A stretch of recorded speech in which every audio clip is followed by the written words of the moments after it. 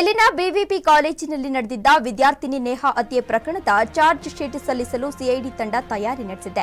ಇನ್ನು ಒಂದು ವಾರದಲ್ಲಿ ನ್ಯಾಯಾಲಯಕ್ಕೆ ಲೋಪದೋಷ ಪಟ್ಟಿ ಸಲ್ಲಿಸಲಿದೆ ಎಂದು ಉನ್ನತ ಮೂಲಗಳು ತಿಳಿಸಿವೆ. ಕಳೆದ ಏಪ್ರಿಲ್ 18ರಂದು ಹುಬ್ಬಳ್ಳಿ ನಗರ ಪಾಲಿಕೆ ಕಾಂಗ್ರೆಸ್ ಸದಸ್ಯ ನಿರಂಜನ್ ಹಿರೇಮಠ ಅವರ ಪುತ್ರಿ ನೇಹಾಳ ಭೀಕರ ಕೊಲೆಯಾಗಿತ್ತು.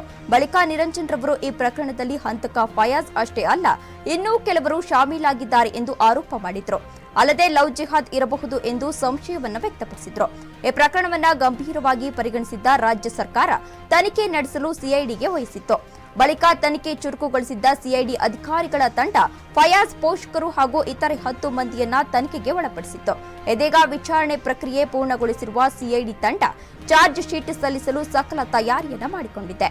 ಇನ್ನೊಂದೇ ವಾರದಲ್ಲಿ ನ್ಯಾಯಾಲಯಕ್ಕೆ ಚಾರ್ಜ್ ಶೀಟ್ ಸಲ್ಲಿಸಲಿದೆ ಎಂದು ಅಧಿಕಾರಿಗಳು ತಿಳಿಸಿದ್ದಾರೆ. ಹುಬ್ಬಳ್ಳಿ ನೇಹಾ ಹತ್ಯೆ ಕೇಸ್ ಪ್ರಕರಣ. ಹುಬ್ಬಳ್ಳಿಯಲ್ಲಿ ಏಪ್ರಿಲ್ 18ರಂದು ನಡೆದ ಭೀಕರ ಕೊಲೆ. ಚಾರ್ಜ್ ಶೀಟ್ ಸಲ್ಲಿಸಲು ಸಿಐಡಿ ತಯಾರಿಯನ್ನ ನಡೆಸಿದೆ. ಇನ್ನು ವಿದ್ಯಾರ್ಥಿನಿ ನೇಹಾ ಹತ್ಯೆ ಪ್ರಕರಣದ ಚಾರ್ಜ್ ಶೀಟ್ ಸಲ್ಲಿಸಲು ಸಿಐಡಿ ತಂಡ ತಯಾರಿಯನ್ನ ನಡೆಸಿದೆ. ಇನ್ನು ಒಂದು ವಾರದಲ್ಲಿ ನ್ಯಾಯಾಲಯಕ್ಕೆ ದೋಷಾರೋಪ ಪಟ್ಟಿಯನ್ನ ಸಲ್ಲಿಸಲಿದೆ. ಕಳೆದ ಏಪ್ರಿಲ್ 18ರಂದು ಹುಬ್ಬಳ್ಳಿ ನಗರ ಪಾಲಿಕೆ ಕಾಂಗ್ರೆಸ್ ಸದಸ್ಯ ನಿರಂಜನ್ ಹಿರೇಮಠರವರ ಪುತ್ರಿ ನೇಹಾಳ ಭೀಕರ ಕೊಲೆಯಾಗಿತ್ತು.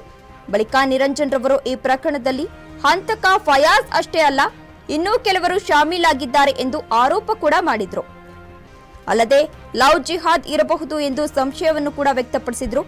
ಈ ಪ್ರಕರಣವನ್ನ ಗಂಭೀರವಾಗಿ ಪರಿಗಣಿಸಿದ್ದ ರಾಜ್ಯ ಸರ್ಕಾರ ತನಿಖೆಯನ್ನ ನಡೆಸಲು ಸಿಐಡಿಗೆ ವಹಿಸಿತ್ತು. ಬಳಿಕ ತನಿಖೆ ಚುರುಕುಗೊಳಿಸಿದ್ದ ಸಿಐಡಿ ಅಧಿಕಾರಿಗಳ ತಂಡ ಫಯಾಜ್ ಪೋಷಕರು ಹಾಗೂ ಇತರೆ 10 ಮಂದಿಯನ್ನ ತನಿಖೆಗೆ ಒಳಪಡಿಸಿತ್ತು. ಇದೀಗ ವಿಚಾರಣೆ ಪ್ರಕ್ರಿಯೆ ಪೂರ್ಣಗೊಳಿಸಿರುವ ಸಿಐಡಿ ತಂಡ ಚಾರ್ಜ್ ಶೀಟ್ ಸಲ್ಲಿಸಲು ಸಕಲ ತಯಾರಿಯನ್ನ ಮಾಡಿಕೊಂಡಿದೆ.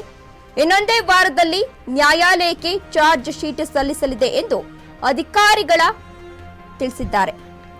ಹುಬ್ಬಳ್ಳಿ ನೇಹಾ ಹತ್ಯೆ ಕೇಸ್ ಪ್ರಕರಣ. ಹುಬ್ಬಳ್ಳಿಯಲ್ಲಿ ಏಪ್ರಿಲ್ 18ರಂದು ನಡೆದ ಭೀಕರ ಕೊಲೆ. ಚಾರ್ಜ್ ಶೀಟ್ ಸಲ್ಲಿಸಲು ಸಿಐಡಿ ತಯಾರಿಯನ್ನ ನಡೆಸಿದೆ. ಇನ್ನೊಂದೇ ವಾರದಲ್ಲಿ ನ್ಯಾಯಾಲಯಕ್ಕೆ ಚಾರ್ಜ್ ಶೀಟ್ ಸಲ್ಲಿಸಲಿದೆ ಎಂದು ಅಧಿಕಾರಿಗಳು ತಿಳಿಸಿದ್ದಾರೆ.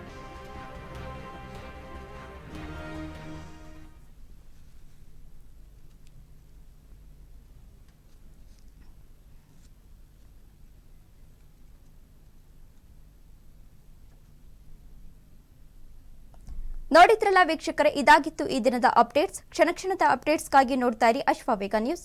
ಇದು ಸತ್ಯಾನ್ವೇಷಣೆ ಓಟದಲ್ಲಿ.